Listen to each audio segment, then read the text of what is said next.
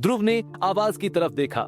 तीसरी मंजिल के दरवाजे पर सफेद बालों, सफेद भौहों और सफेद दाढ़ी वाले एक बुजुर्ग खड्डे उसे घूर रहे थे। ध्रुव जानता था कि वो कौशल भवन की रखवाली करने वाले एक वरिष्ठ है। भले ही वो देखने में करीब 100 साल के लग रहे थे, लेकिन उनकी ताकत बहुत जबरदस्त थी। मुझे सावधान करने के लिए शुक्रिया, लेकिन मैंने कुछ सोच रखा है। उस वरिष्ठ को पूरे सम्मान के साथ प्रणाम करके ध्रुव अंदर चला गया। उफ, एक और घमंडी शिष्य।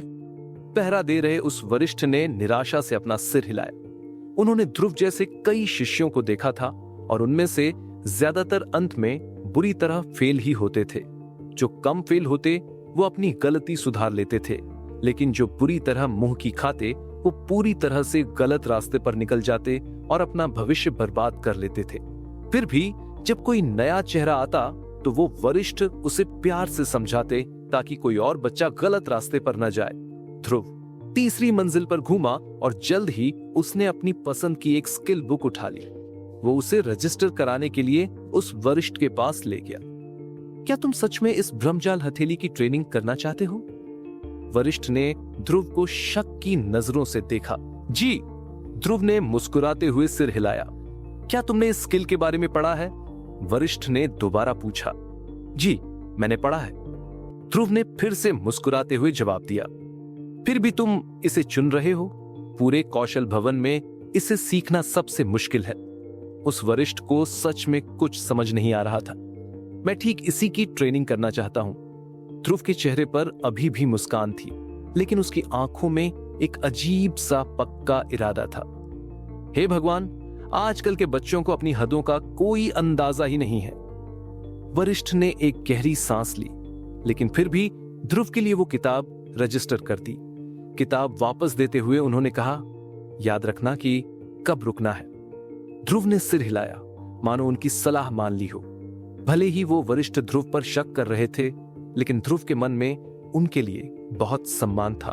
उसे लगा कि वो सच में एक जिम्मेदार गुरु है।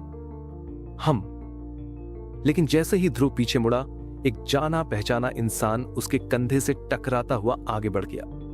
वो देवराज था और उसका चेहरा गुस्से और निराशा से तमतमाया हुआ था। ध्रुव उसे ज्यादा अच्छे से नहीं जानता था, इसलिए उसने इस पर ज्यादा ध्यान नहीं दिया। लेकिन जैसे ही वो वहां से निकलने लगा, उसे अपने पीछे से लोगों की फुसफुसाहट सुनाई दी। अब उसे समझ आ गया था कि देवराज इतना उदास क्यों था। क्या वो देवराज नहीं है? मुझे लगा उसके पास पहले से ही रैंक 4 की स्किल बुक है, फिर वो यहां दूसरी बुक क्यों ढूंढ रहा है? या फिर वो रैंक 4 वाली किताब यशवर्धन के पास है?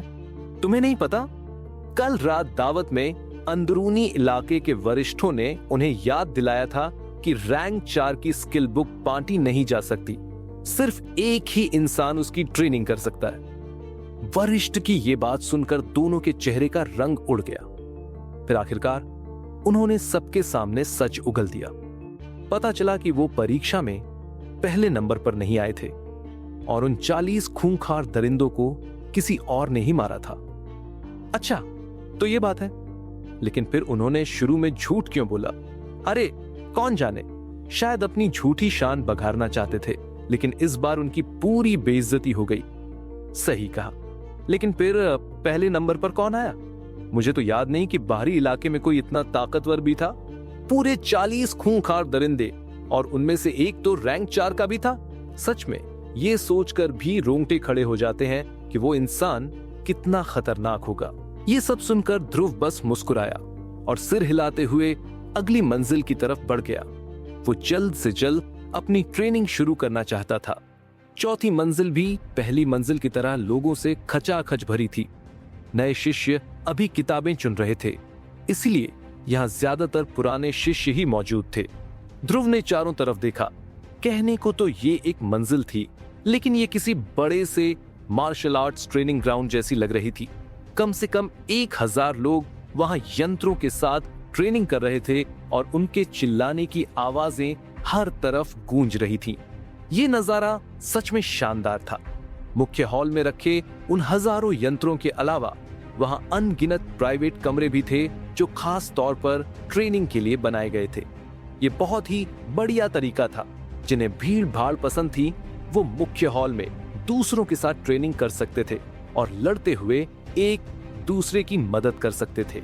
जिन्हें शांति पसंद थी वो एक प्राइवेट कमरा चुनकर अकेले ट्रेनिंग कर सकते थे। एक बार पत्थर का भारी दरवाजा बंद हो जाए तो बाहर का कोई शोर अंदर नहीं आ सकता था। ध्रुव उन लोगों में शामिल नहीं हुआ और सीधा छठी मंजिल पर चला गया। ये तीसरी मंजिल जैसी ही थी, लेकिन यहाँ बहुत ज्यादा शांति थी और ट्रेनिंग के लिए भी यहाँ काफी ज्यादा जगह थी। ध्रुव एक प्राइवेट कमरे में घुस गया। पत्थर का दरवाजा बंद करने के बाद उसने कमरे के बीचों बीच खड़े उस यंत्र वाले खंभे के सामने सिर झुकाया, क्योंकि वो जानता था कि अब वो खंभा उसके हाथों बुरी तरह पिटने वाला है। वो यंत्र वाला खंभा स्टील और खास तरह की लकड़ी से बना था जो बेहद मजबूत था। अगर उस पर कोई हमला करता तो वो खंभा अपने आप उस वार से बच निकलता था। हमला करने वाले की रफ्तार के हिसाब से उस खंभे के बचने की रफ्तार भी बदल जाती थी। जब तक कोई किसी स्किल में पूरी तरह माहिर न हो जाए तब तक उस खंभे को नुकसान पहुंचाना लगभग नामुमकिन था।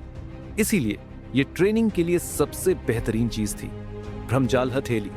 हथेली से निकलने वाली हवा की ताकत का इस्तेमाल करके बिना दिखे दुश्मन को काबू करना। ध्रुव ने भ्रमजाल हथेली को सीखने का तरीका ध्यान से पढ़ा। फिर वो उस यंत्र वाले खंभे के सामने जाकर खड़ा हो गया। सन्न सन्न उसने अचानक अपने हाथ आगे बढ़ाए और उसकी हथेलियों से हवा की 2 लहरें निकली। उन्होंने उस खंभे की 2 अलग अलग जगहों पर सीधा हमला किया। खटा।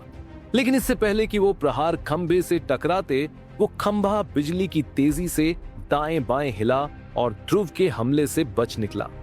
एक पल के लिए ध्रुव थोड़ा हैरान रह गया, लेकिन फिर वो राहत की सांस लेते हुए मुस्कुराया। ये मजेदार है। उस दिन के बाद से खाने और सोने के अलावा ध्रुव हमेशा कौशल भवन में ही रहता था और बिना रुके ट्रेनिंग करता था। बिजली के 3 प्रहार जो नीलकंठ संप्रदाय के संस्थापक ने खुद बनाए थे।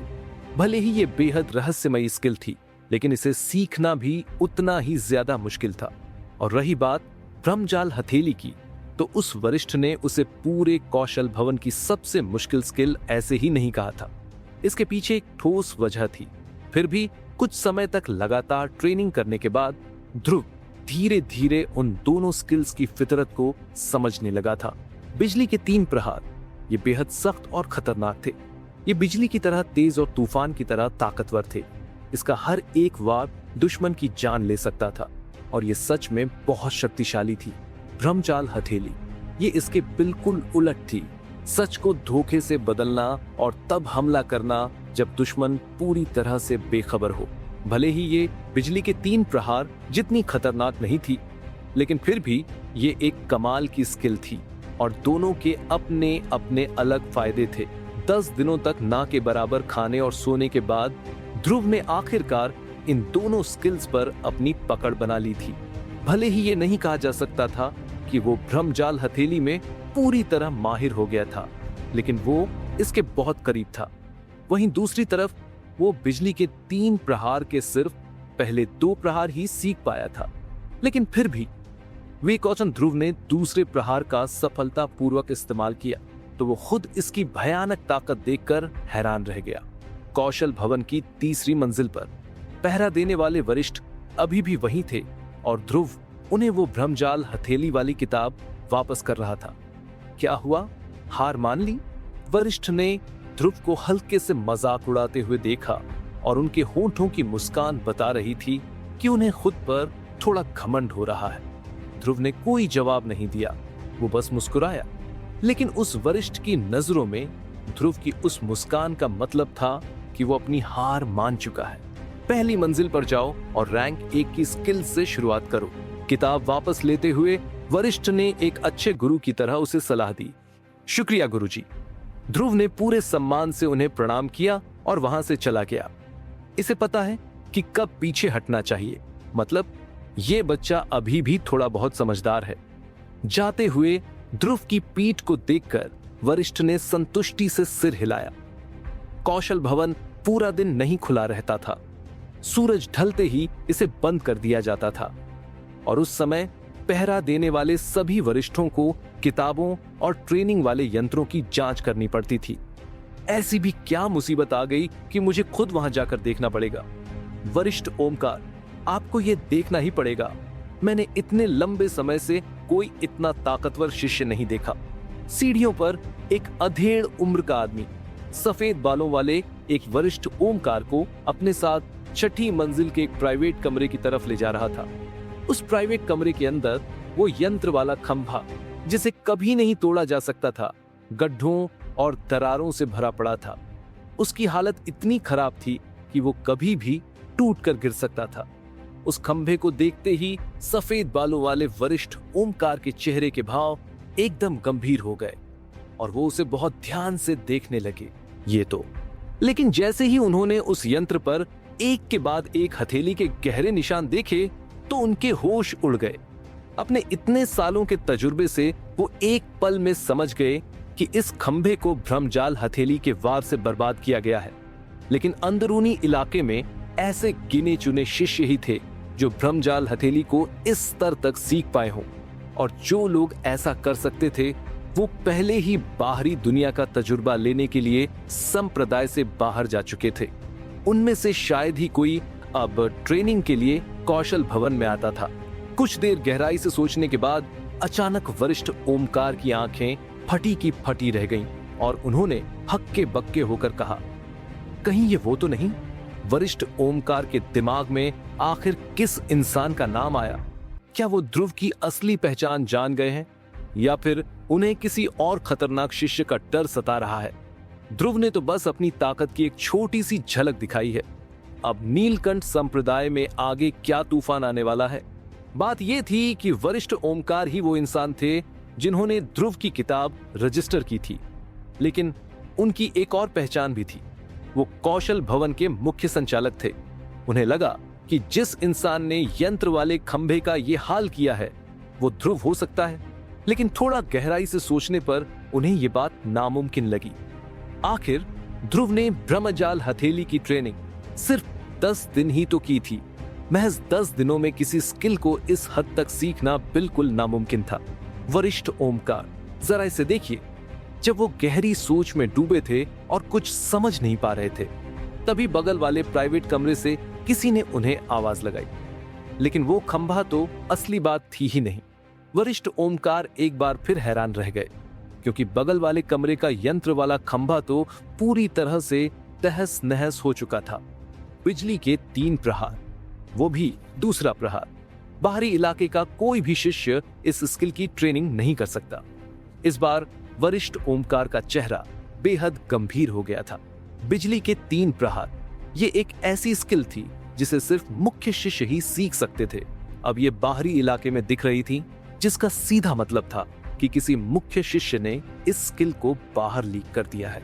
लेकिन थोड़ा और बारीकी से सोचने पर उन्हें ये बात गले नहीं उतरी।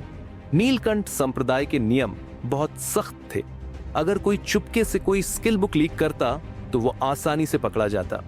मुख्य शिष्य ऐसी बेवकूफी करने वाले नहीं थे। क्या ऐसा हो सकता है कि आखिरकार वरिष्ठ ओमकार को एक सुराग मिल ही गया? उन्होंने अपने पीछे खड़े दूसरे वरिष्ठ से कहा, एल्डर विपाशा को बुलावा भेजो। उसी वक्त ध्रुव अपने कमरे में ट्रेनिंग कर रहा था।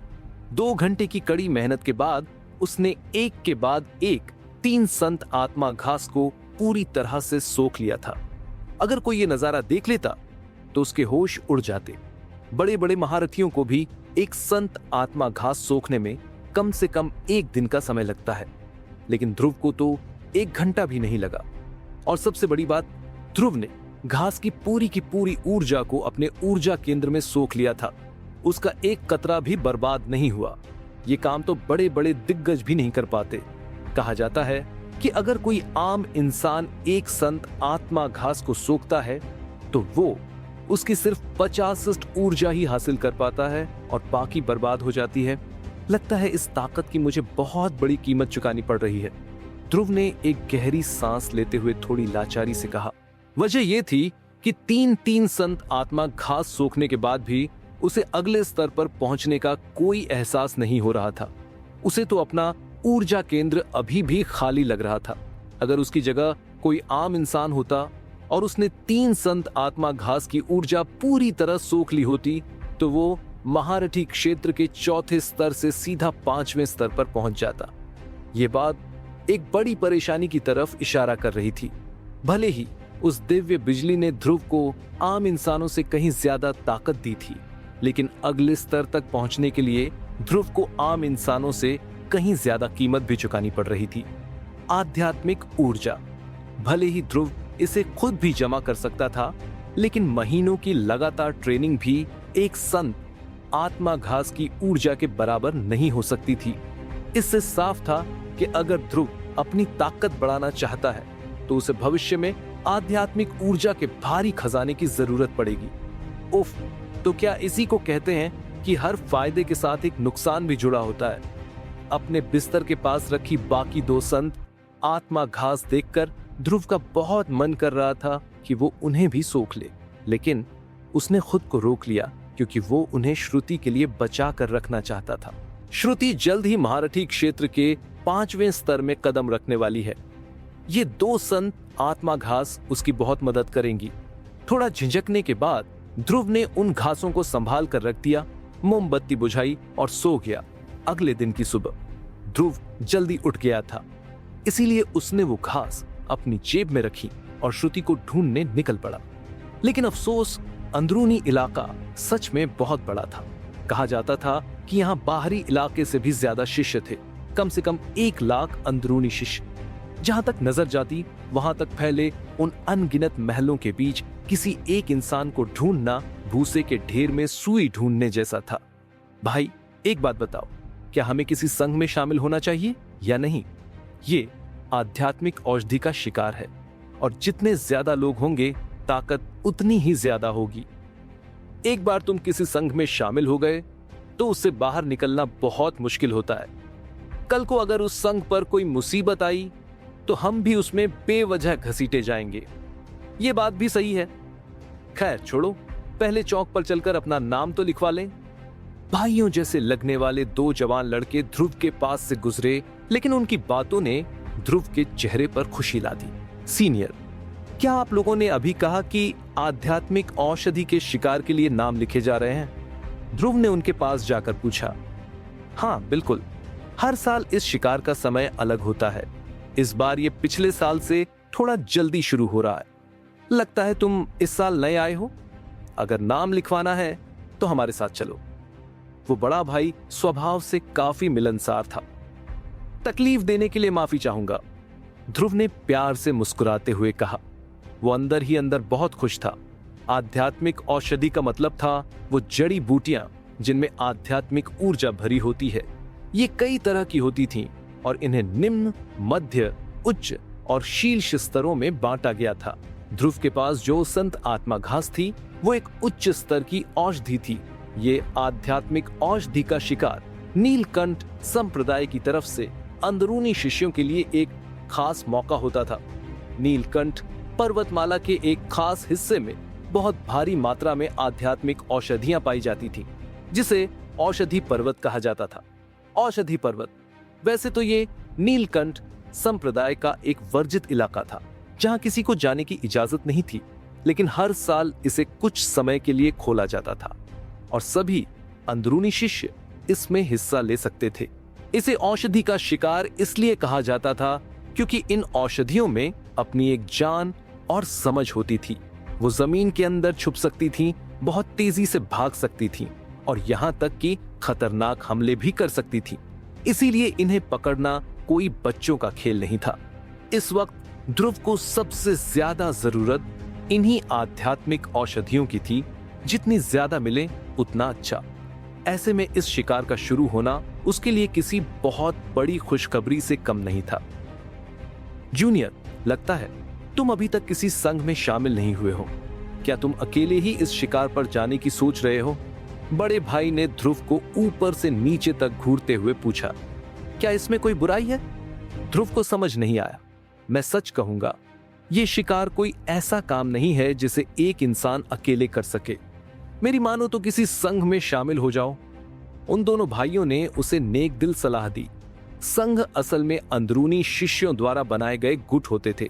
चूंकि ये गुट शिष्यों के बीच एकता और रिश्ते मजबूत करते थे, इसलिए नीलकंठ संप्रदाय इनका विरोध नहीं करता था, बल्कि इन्हें बढ़ावा ही देता था। मैं अंदरूनी इलाके में बिल्कुल नया हूं, इसलिए मुझे इन संघों के बारे में ज्यादा कुछ नहीं पता। क्या आप बता सकते हैं कि यहाँ कौन सा संघ सबसे ज्यादा ताकतवर है? ध्रुव ने उत्सुकता से पूछा। हाँ, तुमने बिल्कुल सही इंसान से पूछा है। हम दोनों ने यहाँ के कई संघों के बारे में पूरी छानबीन की है। हमारी जानकारी के हिसाब से यहाँ करीब 1000 के आसपास संघ हैं, लेकिन सबसे ताकतवर होने का रुतबा सिर्फ विश्व संघ और तलवार संघ के पास है। विश्व संघ के पास सबसे ज्यादा सदस्य हैं, करीब 5000 से भी ज्यादा। तुमने यहाँ कई लोगों की पीठ पर विश्व लिखा देखा होगा, वो सब इसी संघ के लोग हैं। तलवार संघ में थोड़े कम लोग हैं, फिर भी कम से कम 1000 सदस्य तो होंगे ही। तलवार संघ थोड़ा खास है। अगर तुम्हें इसमें शामिल होना है तो तुम्हें तलवारबाजी की स्किल्स में माहिर होना जरूरी है। जिन लोगों की पीठ पर तुमने काले लोहे की तलवार लटकी देखी होगी, वो तलवार संघ के ही सदस्य हैं। ये दोनों सबसे ताकतवर इसलिए नहीं है क्योंकि इनके पास ज्यादा लोग हैं, बल्कि सबसे बड़ी बात यह है कि इन दोनों संघों को बनाने वाले नीलकंठ संप्रदाय के बहुत ही नामी और रसूखदार लोग हैं। वो दोनों इंसान 10 साल पहले ही मुख्य शिष्य बन गए थे, और आज के समय में मुख्य शिष्य बहुत बड़ी हस्ती होते हैं। उनका हाथ सिर पर होने की वजह से बहुत कम लोग ही विश्व संघ और तलवार संघ के लोगों से पंगा लेने की हिम्मत करते हैं। भाई, आप थोड़ा गलत बोल रहे हो। भले ही विश्व संघ और तलवार संघ ताकतवर हों, लेकिन मुझे लगता है कि सबसे ताकतवर गरुड़ संघ है। जब बड़ा भाई बड़े मजे से सब समझा रहा था, तभी छोटे भाई ने अपनी बात बीच में घुसेड़ दी।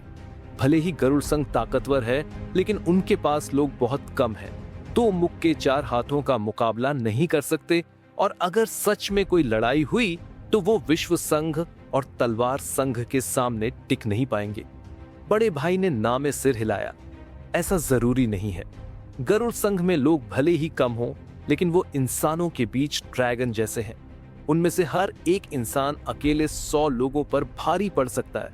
मुझे तो लगता है कि अगर विश्व संघ और तलवार संघ हाथ मिला भी ले, तो भी वो गरुड़ संघ को नहीं हरा पाएंगे। छोटे भाई ने पलटवार किया। आखिर ये गरुड़ संघ है क्या भला? उन दोनों की ये गर्मा गर्म बहस सुनकर ध्रुव की उत्सुकता और भी ज्यादा बढ़ गई। जूनियर, मेरी बात सुन। गरुड़ संघ हमारे अंदरूनी इलाके की एक जिंदा लेजेंड है। ये बोलते हुए छोटे भाई ने ध्रुव का हाथ पकड़ लिया और जोश में बोलते हुए थूक उछाल उछाल कर कहानी सुनाने लगा। आखिर इस गरुड़ संघ की क्या कहानी है जो उसने पूरे अंदरूनी इलाके में इतना खौफ और सम्मान बना रखा है? और क्या ध्रुव अपनी ताकत बढ़ाने के लिए इस खतरनाक औषधि पर्वत पर अकेले ही जाएगा या किसी गुट का हिस्सा बनेगा? शिकार का असली खेल अब शुरू होने वाला है। गरुड़ संघ बहुत ही कम नए सदस्यों को अपने साथ मिलाता है, लेकिन जब वो किसी को चुनते हैं तो वो इंसान सच में लाखों में एक होता है। गरुड़ संघ में सिर्फ 32 लोग हैं, लेकिन अंदरूनी इलाके में उन सबको बहुत अच्छे से जाना जाता है। और सबसे बड़ी बात, वो सब एक दूसरे से दिल से जुड़े हुए हैं। वो एक दूसरे को अपने ही शरीर का हिस्सा मानते हैं। अगर कोई भी गरुड़ संघ के किसी सदस्य की तरफ आंख भी उठाता है, तो चाहे वो इंसान कोई भी हो, वो अपना बदला लेकर ही रहते हैं। 2 साल पहले नभोमंडल प्रांत के एक तीसरे दर्जे के संप्रदाय ने गरुड़ संघ के एक सदस्य को नुकसान पहुंचाया था। तुम्हें पता है उस पूरे संप्रदाय को किसने जड़ से मिटा दिया था? गरुड़ संघ ने। इतने ताकतवर? यह सुनकर ध्रुव भी हैरान रह गया। भले ही एक तीसरे दर्जे का संप्रदाय नीलकंठ संप्रदाय के सामने कुछ भी ना हो, लेकिन फिर भी उसके पास अपनी एक अच्छी खासी ताकत होती है। एक पूरे संप्रदाय को जड़ से मिटा देना, यह सच में साबित करता था कि गरुड़ संघ बहुत ज्यादा ताकतवर था। और हाँ, भले ही विश्व संघ और तलवार संघ के संस्थापक बहुत ताकतवर हैं, लेकिन अगर उनकी तुलना गरुड़ संघ के संस्थापक से की जाए तो जमीन आसमान का फर्क है। अफवाहों की माने तो गरुड़ संघ का संस्थापक 11 साल की उम्र में अंदरूनी शिष्य बना। 14 साल की उम्र में वो मुख्य शिष्य बन गया और 16 साल की उम्र में वो पूरे नीलकंठ संप्रदाय का सबसे नंबर 1 शिष्य बन गया था। लेकिन अफसोस, वो अब नीलकंठ संप्रदाय में नहीं है। जब वो 16 साल का था तो वो यहां से चला गया और किसी को नहीं पता कि वो कहां गया। ये सब बताते हुए छोटे भाई की आवाज में थोड़ी उदासी थी। उस इंसान का नाम क्या था? ध्रुव की हैरानी और भी ज्यादा बढ़ गई थी। मुख्य शिष्य नीलकंठ संप्रदाय के सबसे खास लोग होते थे और उनमें से हर एक मार्शल आर्ट्स का एक जीनियस होता था। गरुड़ संघ का संस्थापक सिर्फ 16 साल की उम्र में उन सभी मुख्य शिष्यों में सबसे ताकतवर बन गया था। वो इंसान आखिर कितना कमाल का रहा होगा। उसका नाम है शशांक तोमर। छोटे भाई ने एक शब्द पर जोर देते हुए कहा, शशांक तोमर। ध्रुव ने यह नाम अच्छे से याद कर लिया क्योंकि वो इंसान सच में इस काबिल था कि उसे याद रखा जाए। हाँ, मैंने ये भी सुना है कि हमारी अंदरूनी इलाके की ब्यूटी एल्डर विपाशा शेखावत भी गरुड़ संघ की ही एक सदस्य है और वो भी मुख्य शिष्यों में सबसे ताकतवर लोगों में से एक है। और तो और विपाशा के अलावा भी आज के मुख्य शिष्यों में ऐसे कई लोग हैं जो गरुड़ संघ का हिस्सा हैं। उनकी ताकत और रुतबा विश्व संघ या तलवार संघ के संस्थापकों से जरा भी कम नहीं है। अब बताओ, है ना गरुड़ संघ सबसे ताकतवर? छोटे भाई ने अपनी बात पूरी की। अगर तुम ऐसा कह रहे हो तो ये गरुड़ संघ सच में बहुत ताकतवर होगा। क्या गरुड़ संघ के सदस्यों की कोई खास पहचान भी है? ध्रुव की गरुड़ संघ में दिलचस्पी और भी ज्यादा बढ़ गई थी। वैसे तो गरुड़ संघ के किसी इंसान को देख पाना बहुत मुश्किल होता है, लेकिन वो अपनी छाती पर एक छोटा सा बैज पहनते हैं जिस पर पंखों का एक जोड़ा बना होता है। वो तीनों बात करते करते आगे बढ़ते रहे और जल्द ही वो लोगों से खचाखच भरे उस चौक पर पहुंच गए। यही वो जगह थी जहां आध्यात्मिक औषधि के शिकार के लिए नाम लिखे जा रहे थे। वैसे नाम लिखवाना भी बहुत आसान था। दीवार पर लटके कागज पर अपना नाम लिखना था और फिर वहां से एक टोकन उठा लेना था। वहां कोई भी वरिष्ठ मौजूद नहीं था। जूनियर, कल से शिकार शुरू होने वाला है, तो मुझे लगता है कि तुम्हें किसी संघ में शामिल होकर उनकी सुरक्षा ले लेनी चाहिए। मैं तुम्हें एक सलाह देता हूं, गरुड़ संघ जैसे गुटों में शामिल होने के सपने तो भूल ही जाओ, क्योंकि हमारी पूरी जिंदगी में हमें वहां एक भी मौका नहीं मिलेगा। गरुड़ संघ को छोड़ो, विश्व संघ और तलवार संघ में भी घुस पाना कोई आसान काम नहीं है। इसलिए अगर तुम किसी संघ में शामिल होना चाहते हो तो अपनी आंखें खुली रखना। अपना नाम लिखवाने के बाद वो दोनों भाई फिर से अपने ज्ञान की बारिश करने लगे। आप ही मुझे कोई अच्छी सलाह दे दीजिए। उन भाइयों को इतना मिलनसार देखकर ध्रुव उन्हें मना नहीं कर पाया। भले ही बड़े संघों में घुसना मुश्किल है, लेकिन तुम्हें कोई कमजोर संघ भी नहीं चुनना चाहिए। मिसाल के तौर पर कभी भी ऐसे संघ में मत जाना जो हर आते जाते इंसान के सामने अपनी तारीफों के पुल बांध रहे हों। ऐसे संघ तुम्हारी रक्षा क्या खाक करेंगे, वहां तुम्हें सिर्फ परेशान ही किया जाएगा। अब उस लड़की को ही देख लो जो हर किसी को बांस के पत्ते बांट रही है। उसे देखकर ही पता चल रहा है कि वो किसी छोटे मोटे और कमजोर संघ से है और वो यहाँ नए शिष्यों को फंसाने के लिए खड़ी है। इतना कहते हुए बड़े भाई ने पास ही खड़ी एक पर्पल रंग के कपड़े पहने जवान लड़की की तरफ इशारा किया। जब ध्रुव ने उसकी उंगली की दिशा में देखा तो वो एकदम सन्न रह गया।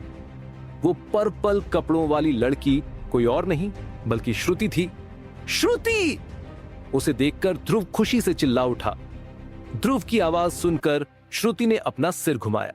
जब उसने ध्रुव को देखा तो वो भी खुशी से झूम उठी और अपना हाथ हिलाते हुए जोर से बोली, ध्रुव! ध्रुव खुद श्रुति को ढूंढना चाहता था, लेकिन उसने कभी नहीं सोचा था कि वो उससे इस तरह इत्तेफाक से मिलेगा। वो जल्दी जल्दी कदम बढ़ाते हुए श्रुति के पास पहुंचा। उफ, इसका तो काम हो गया। एक और बेवकूफ फंस गया। हमने इतनी देर तक इसे ज्ञान देकर अपना समय ही बर्बाद किया। ये देखकर दोनों भाइयों ने एक दूसरे की तरफ देखा और निराशा से अपना सिर हिलाते हुए वहां से चले गए। ध्रुव, तुम आखिरकार अंदरूनी इलाके में आ ही गए। ये बहुत अच्छी बात है। अब हम दोनों एक साथ ट्रेनिंग कर सकते हैं। ध्रुव के शरीर पर पर्पल कपड़े देखकर श्रुति इतनी खुश थी कि उसका दिल खुशी से उछल रहा था। वो दिल की गहराइयों से ध्रुव के लिए खुश थी। श्रुति, तुम यहां क्या कर रही हो? ध्रुव की नजर उन बांस के पत्तों पर थी और वो काफी उत्सुक था। ओह, तुम्हें अभी तक नहीं पता? समर्थ रायजादा ने अंदरूनी इलाके में एक संघ बनाया है जिसका नाम रायजादा संघ रखा गया है। रायजादा परिवार के सारे लोग इसी संघ में हैं, लेकिन फिर भी हमारे संघ में अभी बहुत कम लोग हैं। तो मैंने सोचा कि इस साल जो नए शिष्य अंदरूनी इलाके में आ रहे हैं, क्यों न मैं उनमें से कुछ लोगों को हमारे रायजादा संघ में शामिल करने की कोशिश करूं, ताकि हमारी ताकत बढ़ सके। आखिर अगर रायजादा संघ आगे बढ़ता है तो भविष्य में इससे हमारे रायजादा परिवार को बहुत फायदा होगा, श्रुति ने मुस्कुराते हुए समझाया। श्रुति जिस समर्थ की बात कर रही थी वो रायजादा परिवार का एक बड़ा भाई था। इस साल वो 20 साल का था और उसने 10 साल पहले नीलकंठ संप्रदाय में कदम रखा था।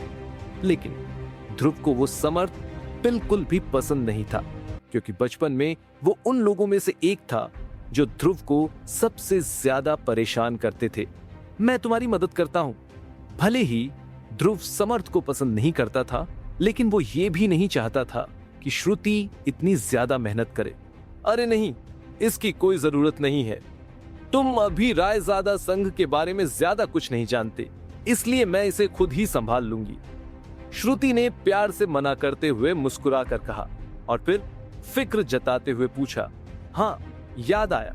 ध्रुव, क्या तुमने आध्यात्मिक औषधि के शिकार के लिए अपना नाम लिखवा लिया? ये देखो। ध्रुव ने मुस्कुराते हुए शिकार का वो टोकन बाहर निकालकर उसे दिखाया। ये तो बहुत बढ़िया है। इस बार मैं तुम्हारे साथ चल सकती हूं और हम मिलकर औषधियां पकड़ेंगे। मैं तुम्हें बता दूं, आध्यात्मिक औषधि को पकड़ना दिमाग और बहादुरी का खेल है और इसमें बहुत मजा आता है। जब श्रुति ने शिकार के बारे में बात की तो उसकी आंखों में एक अलग ही चमक आ गई। ध्रुव, मैं अभी थोड़ी बिजी हो जाऊंगी, रात को आकर मुझसे मिलना। मुझे तुमसे कुछ जरूरी बात करनी है तो तुम्हें आना ही पड़ेगा। श्रुति ने देखा कि एक और नया शिष्य वहां से गुजर रहा है, तो उसने झट से एक बांस का पत्ता ध्रुव के हाथ में थमाया और उस नए शिष्य के पास जाकर उसे रायजादा संघ के बारे में बताने लगी। श्रुति को इतनी जिद करते देख ध्रुव ने उसे रोका नहीं। उस बांस के पत्ते पर श्रुति के कमरे का रास्ता लिखा हुआ था। चौक में घूमते हुए ध्रुव ने देखा कि वहां श्रुति जैसे और भी कई लोग थे जो अपने अपने संघ का प्रचार कर रहे थे, लेकिन बहुत ही कम लोग उन पर ध्यान दे रहे थे। हर कोई समझदार था। जब तक कि वो किसी बड़े संघ में शामिल नहीं हो जाते, बहुत कम लोग ही ऐसे छोटे मोटे संघों में जाने की सोचते थे। नाम का वो रायजादा संघ, लेकिन सिर्फ श्रुति ही थी जो नए लोगों को जोड़ने की कोशिश कर रही थी। यहां तक कि संघ को बनाने वाला समर्थ भी कहीं नजर नहीं आ रहा था। इससे साफ पता चल रहा था कि सिर्फ श्रुति ही थी जो सच्चे मन से रायजादा परिवार की फिक्र करती थी। रात हुई और ध्रुव तय समय पर श्रुति के कमरे के पास पहुंच गया। श्रुति अपने कमरे के बाहर बेचैनी से टहल रही थी। साफ था कि वो किसी का इंतजार कर रही थी। जैसे ही श्रुति ने ध्रुव को देखा, उसने अपने दोनों हाथ पीछे किए और खुशी से उछलते कूदते उसके पास आई। भले ही श्रुति ध्रुव से 1 साल बड़ी थी, लेकिन वो अभी भी अपने जवान दिनों में थी। वो सिर्फ देखने में ही खूबसूरत नहीं थी, बल्कि उसका स्वभाव भी बहुत चुलबुला और खुशमिजाज था। पूरे रायजादा परिवार में श्रुति को एक मजेदार और जोकर जैसी लड़की माना जाता था। चाहे बड़े हों या बच्चे, हर कोई इस अनोखी और प्यारी लड़की को पसंद करता था। ध्रुव के सामने आते ही श्रुति ने अपने हाथ खोले और हंसते हुए बोली, लो, इसे जल्दी से पकड़ लो। उसकी दोनों गोरी हथेलियों के बीच में एक संत आत्मा घास रखी थी। ध्रुव, जो अपनी संत आत्मा घास श्रुति को देना चाहता था, अब श्रुति खुद अपनी घास उसे दे रही है। क्या ध्रुव इसे कबूल करेगा? और कल से शुरू होने वाले उस खतरनाक आध्यात्मिक औषधि के शिकार में ध्रुव और श्रुति का सामना किन खौफनाक चीजों से होने वाला है? क्या वो किसी बड़े खतरे में पड़ने वाले हैं? श्रुति, ये ध्रुव के पास बोलने के लिए शब्द नहीं थे। हाँ, ये मेरी तरफ से तुम्हारे लिए है और ये इस साल का मेरा भत्ता है। इतना बोलते हुए श्रुति ने वो संत आत्मा घास जबरदस्ती ध्रुव के हाथों में थमा दी। अगर बात ऐसी है तो मैं इसे नहीं ले सकता। क्या तुम भूल गई कि मुझे अभी भी तुम्हें 2 संत आत्मा घास लौटानी है? ध्रुव ने वो घास वापस श्रुति की तरफ बढ़ाई और अपनी जेब से एक और घास निकालकर उसके सामने कर दी। ध्रुव, तुमने वो घास अभी तक सोखी नहीं? उस संत आत्मा घास को एकदम सही सलामत देखकर श्रुति को लगा कि ये वही घास है जो उसने ध्रुव को दी थी। हाँ, मैं पहले ही अगले स्तर पर पहुंच चुका हूं, इसलिए फिलहाल मुझे इसकी जरूरत नहीं है। सोचा तुम्हें वापस कर दूं। मैं तुम्हारी संत आत्मा घास कैसे ले सकती हूं? ये तुम्हारी है, जल्दी से इन्हें वापस रख लो। श्रुति, मैंने कहा था कि मैं तुम्हें 2 घास लौटाऊंगा तो मैं 2 ही लौटाऊंगा। क्या तुमने वादा नहीं किया था? तुम इस तरह बात करके मुझे बहुत शर्मिंदा कर रही हो। लेकिन तुमने तो वो घास भी इस्तेमाल नहीं की जो मैंने तुम्हें दी थी, उल्टा तुम मुझे अपनी घास दे रहे हो। क्या ये तुम्हारा फायदा उठाना नहीं हुआ? श्रुति, मैं तुम्हारी फिक्र समझता हूं। पूरे रायजादा परिवार में मेरे बड़े भाई और मेरे पिता के अलावा सिर्फ तुम ही हो जो मेरे साथ इतने अच्छे से पेश आती हो। इसे बस एक छोटे भाई की तरफ से तुम्हारे लिए सम्मान समझ लो। ध्रुव ने यह बात अपने दिल की गहराइयों से कही थी। पूरे रायजादा परिवार ने उसे खुद से दूर कर दिया था।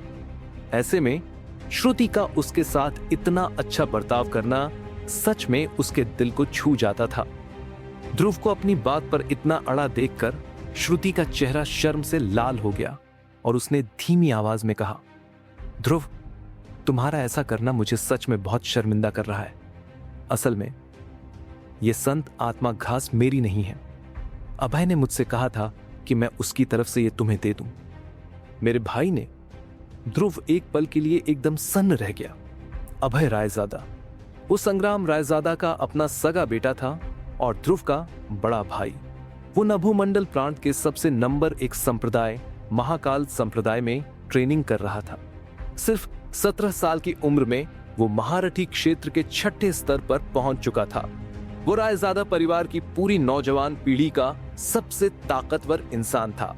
भले ही ध्रुव संग्राम रायजादा का सगा बेटा नहीं था, फिर भी अभय उसे अपने सगे छोटे भाई की तरह ही मानता था। ध्रुव भी पूरे परिवार में सबसे ज्यादा प्यार और सम्मान उसी से करता था। उसे डर था कि कहीं तुम इसके बोझ तले दब न जाओ, इसलिए उसने मुझे हिदायत दी थी कि मैं तुम्हें यह न बताऊं कि यह उसकी तरफ से है। लेकिन अब मुझे सच बोलना ही पड़ा। श्रुति का चेहरा अभी भी लाल था। साफ दिख रहा था कि वो सच में बहुत शर्मिंदा थी।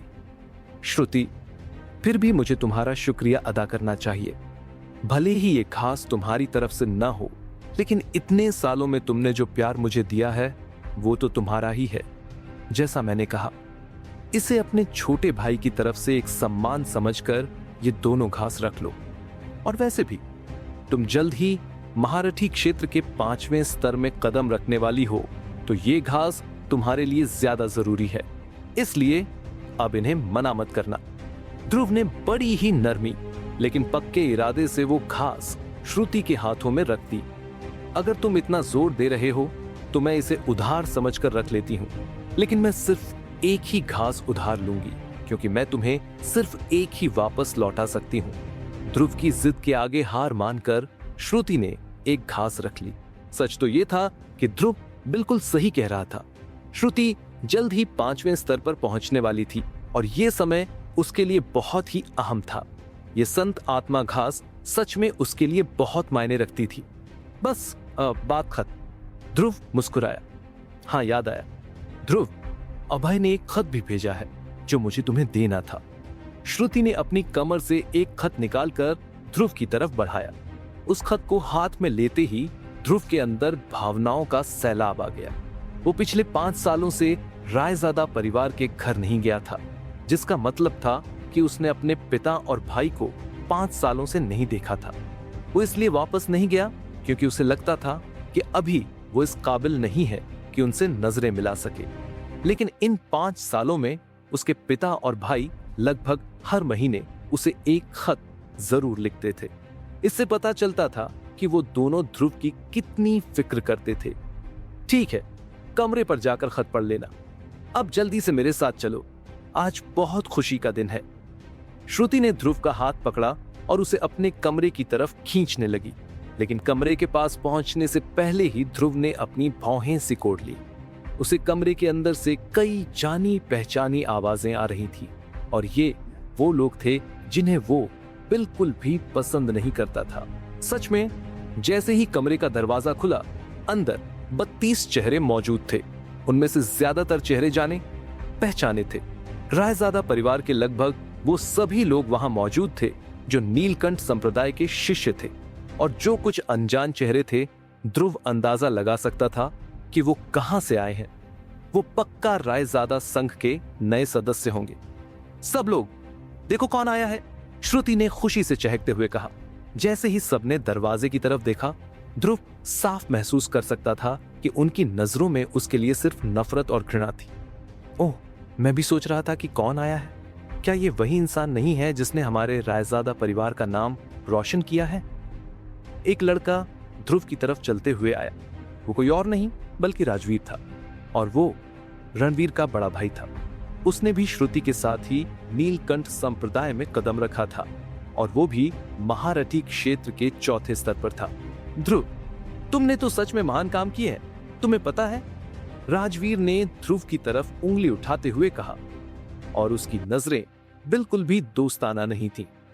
राजवीर, तुम ये कैसी बातें कर रहे हो? आज खुशी का दिन है तो बकवास मत करो, श्रुति ने तुरंत बीच बचाव करते हुए कहा। क्या हुआ श्रुति, तुम मुझे इसके महान कामों के बारे में बोलने क्यों नहीं दे रही? राजवीर ने श्रुति को घूर कर देखा और फिर ध्रुव की तरफ पलटा। ध्रुव, तुम्हें पता है ना तुमने क्या महान काम किए हैं? लानत है तुम पर। तुम 5 सालों तक नीलकंठ संप्रदाय में एक बाहरी शिष्य बनकर पड़े रहे, और तुमने पूरे रायजादा परिवार की नाक कटवा दी, और इतनी बेइज्जती के बाद भी तुम रायजादा संघ की इस दावत में मुंह उठाकर चले आए। तुम्हारी चमड़ी कितनी मोटी है बे? राजवीर, अपनी बकवास बंद करो। श्रुति को थोड़ा गुस्सा आ गया था, लेकिन इससे पहले कि वो कुछ और बोलती, ध्रुव ने उसका हाथ पकड़कर उसे पीछे खींच लिया। ध्रुव के चेहरे के भाव बिल्कुल नहीं बदले, बल्कि उसने एक हल्की सी मुस्कान के साथ कहा, तुम लोग कुछ ज्यादा ही सोच रहे हो। मुझे तुम्हारी इस दावत में कोई दिलचस्पी नहीं है। मैं तो बस यहां अपनी उधारी वसूलने आया हूं। उधारी? कैसी उधारी? ये शब्द सुनते ही राजवीर के चेहरे का रंग बदल गया। ये तो बहुत मजेदार है। रायजादा परिवार के टुकड़ों पर पलने वाला एक इंसान आज रायजादा परिवार से ही उधारी वसूलने आया है। क्या तुम भूल गए कि आज तुम्हारे पास जो कुछ भी है वो तुम्हें किसने दिया है? बिल्कुल सही कहा, ये बहुत ही बेशर्म है। उसी वक्त कमरे में मौजूद रायजादा परिवार के बाकी लोग भी ध्रुव को ताने मारने लगे। ध्रुव ने उन सब की बातों को नजरअंदाज किया और कमरे के बीचों बीच चलते हुए बोला, कुछ दिनों पहले एक इंसान ने मुझसे शर्त लगाई थी कि मैं अंदरूनी शिष्य की परीक्षा पास नहीं कर पाऊंगा। उसने तो यहां तक कहा था कि अगर वो हार गया तो वो इस साल के भत्ते में मिली अपनी संत आत्मा घास मुझे दे देगा। रणवीर, कहीं तुम ये बात भूल तो नहीं गए? ध्रुव सीधा जाकर रणवीर के सामने खड़ा हो गया। रणवीर एक कुर्सी पर बैठा मजे से फल चबा रहा था, लेकिन ध्रुव की बात सुनते ही उसके मुंह का निवाला वहीं अटक गया और उसका चेहरा बुरी तरह पीला पड़ गया। जाहिर सी बात है, रणवीर उस दिन की बात बिल्कुल नहीं भूला था। उसे डर था कि ध्रुव कहीं उस शर्त की बात ना उठा दे, इसीलिए वो इतनी देर से चुपचाप बैठा था, वरना जैसा उसका गुस्सा था वो अब तक ध्रुव से भिड़ चुका होता। ध्रुव, अगर तुम कुछ बोल रहे हो तो तुम्हारे पास इसका सबूत होना चाहिए। तभी रणवीर के बगल में खड़े एक लड़के ने अपना मुंह खोला। कमरे में मौजूद ज्यादातर लड़के लड़कियां ध्रुव की उम्र के ही थे, लेकिन ये लड़का उन सबसे बड़ा था। ये कोई और नहीं, खुद समर्थ था। समर्थ बिल्कुल सही कह रहा है। अगर तुमने रणवीर के साथ कोई शर्त लगाई थी तो तुम्हें सबूत देना होगा, वरना तुम सिर्फ झूठे इल्जाम लगा रहे हो। राजवीर सबसे पहले चिल्लाया, क्योंकि वो रणवीर का बड़ा भाई था। हाँ बिल्कुल, सबूत दिखाओ, वरना भूल जाओ कि तुम आज यहां से सही सलामत बाहर जा पाओगे। राजवीर के बाद तो हॉल में मौजूद रायजादा परिवार के लगभग सभी लोग चिल्लाने लगे। यहाँ तक कि वो लोग भी उनका साथ देने लगे जो रायजादा परिवार के नहीं थे। भले ही वो बाहरी थे, लेकिन वो भी साफ देख सकते थे कि रायजादा परिवार में ध्रुव की कोई औकात नहीं है। जब उसका अपना परिवार ही उसे जलील कर रहा था, तो फिर वो भी पीछे क्यों रहते? मैं ध्रुव की गवाही देती हूँ। लेकिन तभी श्रुति ने वो सन्नाटा तोड़ा जो वो इतनी देर से साधे बैठी थी। अकेले ध्रुव के खिलाफ खड़े इस पूरे रायजादा परिवार में क्या श्रुति की गवाही कोई कमाल दिखा पाएगी, या फिर समर्थ और राजवीर मिलकर ध्रुव के लिए कोई नया जाल बुनेंगे? ध्रुव का गुस्सा अब किस हद तक जाने वाला है? उसी पल पूरे हॉल में एकदम सन्नाटा छा गया और सबकी नजरें श्रुति पर टिक गई। श्रुति, तुम ये क्या कह रही हो? तुम ऐसी बकवास करके गवाही नहीं दे सकती? समर्थ ने उसे चेतावनी भरी नजरों से घूरते हुए कहा। उसका मतलब बिल्कुल साफ था, वो श्रुति को डराकर पीछे हटने को कह रहा था। मैं कोई बकवास नहीं कर रही हूं। उस दिन जब रणवीर और ध्रुव के बीच शर्त लगी थी, तब मैं वहीं मौजूद थी। और तो और खुद रणवीर ने ही मुझे गवाह बनाया था। इसके बाद श्रुति समर्थ से बिल्कुल भी नहीं डरी। वो जाकर सीधे ध्रुव के बगल में खड़ी हो गई, मानो वो बिना कुछ कहे सबको बता रही थी कि वो किसकी तरफ है। उस पल सिर्फ रणवीर ही नहीं, बल्कि राजवीर, समर्थ और रायजादा परिवार के ज्यादातर लोगों के चेहरों का रंग उड़ गया। उन्होंने कभी सपने में भी नहीं सोचा था कि श्रुति ध्रुव के लिए ऐसा करेगी। वो तो ध्रुव के लिए पूरे रायजादा परिवार के खिलाफ जाने को तैयार थी। सच कहें तो ध्रुव खुद भी थोड़ा हैरान था, क्योंकि ऐसा करके श्रुति बहुत से लोगों से दुश्मनी मोल ले रही थी। लेकिन साथ ही श्रुति का ये बर्ताव ध्रुव के दिल को छू गया। रणवीर, क्या तुम अपनी उधारी से मुकर रहे हो? ध्रुव ने उस पर दबाव बनाते हुए पूछा। श्रुति की गवाही के बाद उसे पक्का यकीन था कि रणवीर अब मुकर नहीं पाएगा। मैं रणवीर का चेहरा देखने लायक था। उसे समझ नहीं आ रहा था कि वो क्या जवाब दे। परिवार हर साल भत्ते के तौर पर सिर्फ एक संत आत्मा घास देता था। इसके अलावा उनके पास इतनी अच्छी आध्यात्मिक औषधि पाने का कोई दूसरा मौका नहीं था। उसे अभी अभी अपनी संत आत्मा घास मिली थी और रणवीर महारथी क्षेत्र के चौथे स्तर पर पहुंचने के लिए उसका इस्तेमाल करने वाला था। वो उसे इतनी आसानी से किसी और को कैसे दे सकता था? हाँ, अगर ये सच है तो भी क्या? तुमने और रणवीर ने एक साथ नीलकंठ संप्रदाय में कदम रखा था। वो 2 साल पहले ही अंदरूनी इलाके में आ गया था और तुम पूरे 2 साल पीछे हो। क्या अंदरूनी इलाके में आने के लिए इतना लंबा समय लगाने के बाद भी तुम में इतना घमंड है? तुम रणवीर का भत्ता हड़पना चाहते हो? राजवीर ने एक ठंडी मुस्कान के साथ बड़ी चालाकी से बात घुमाई। रणवीर का बड़ा भाई होने के नाते यह साफ था कि वो ध्रुव को अपने भाई का भत्ता नहीं ले जाने देगा। मुझे ये सब मत बताओ। तुम्हारे भाई को अच्छे से पता है कि सच क्या है। अगर तुम अपनी उधारी नहीं चुकाना चाहते तो सीधे सीधे मान लो, मैं इसे भूल जाऊंगा। लेकिन रणवीर को खुद अपने मुंह से यह मानना होगा कि उसकी बातों की कोई कीमत नहीं है और उस पर कभी भरोसा नहीं किया जा सकता। ध्रुव ने उसे आसानी से नहीं छोड़ा। तुम ध्रुव की ये बातें सुनकर रणवीर गुस्से से अपने दांत पीसने लगा, लेकिन वो कुछ बोल नहीं सका क्योंकि ध्रुव सच कह रहा था। राजवीर हंसते हुए बोला, हाँ हाँ, क्या मजाक है? उधारी से मुकरना? क्या हमने ऐसा कुछ कहा है? तुम रणवीर की संत आत्मा घास ले सकते हो, लेकिन इसके लिए तुम्हें सबके सामने ये मानना होगा कि तुम एक नाकारा कूड़ा हो, एक बेवकूफ जिसे अंदरूनी इलाके में आने में पूरे 5 साल लग गए।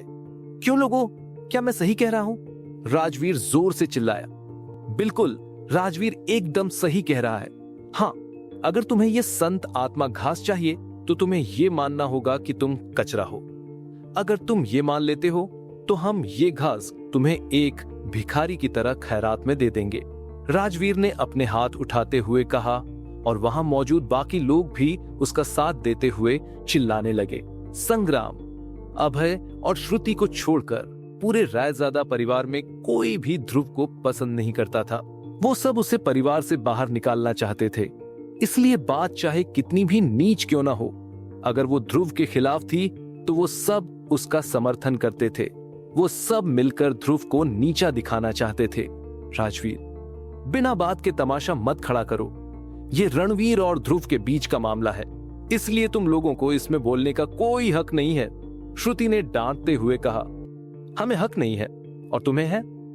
तुम रणवीर की बड़ी बहन हो, लेकिन फिर भी तुम एक बाहरी इंसान का साथ दे रही हो। क्या तुम खुद को रायजादा परिवार का हिस्सा मानती भी हो?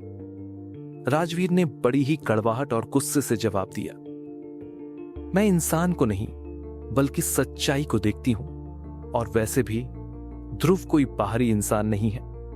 वो रायजादा परिवार का हिस्सा है। तुम्हें अच्छे से पता है कि वो रायजादा परिवार का हिस्सा है या नहीं। लेकिन मैं तुम्हें इतना बता दूं कि रणवीर तुम्हारा अपना भाई है। तुमसे तो बात करना ही बेकार है। राजवीर की बातों से श्रुति को इतना गुस्सा आ गया था कि उसका पूरा शरीर कांपने लगा। लेकिन तभी ध्रुव ने श्रुति के कंधों पर हाथ रखा और उसे अपने पीछे कर लिया। भले ही ध्रुव के चेहरे पर हमेशा की तरह अभी भी एक हल्की सी मुस्कान थी, लेकिन उसकी नजरें एकदम गंभीर हो गई थी। उसने बहुत ही शांत आवाज में कहा, मैं तुमसे सिर्फ एक सवाल पूछूंगा। तुम ये संत आत्मा घास मुझे दोगे या नहीं?